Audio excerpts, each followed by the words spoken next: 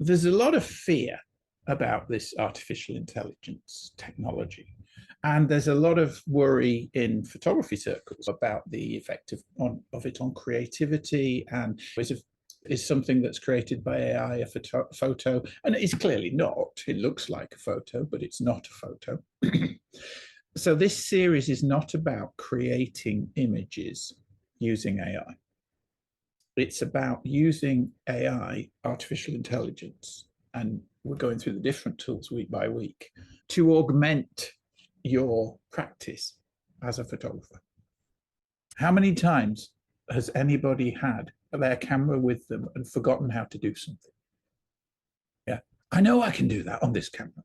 Yeah, but can I figure out the menus? Can I find it in those hundreds of menus and stuff like that?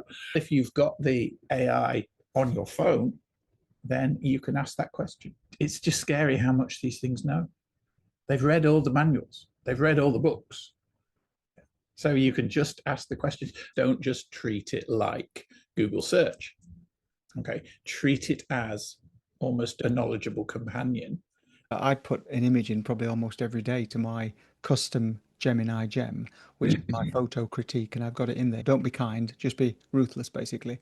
And sometimes it comes back to me and says, yeah, this isn't anywhere near as good as you normally take. So this isn't worth rescuing almost. Act as a constructive judge for images that I upload, but I don't want you to be sycophantic. If the image is bad, I want you to tell me it's bad.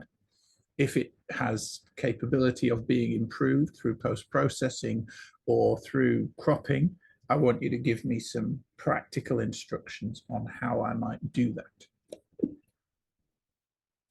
Now, that is going to change the way it behaves. Okay, that will get rid of, to a large extent, that horrible sycophancy. Oh, this is a fantastic question, Joe. That's the best question anybody's ever asked me.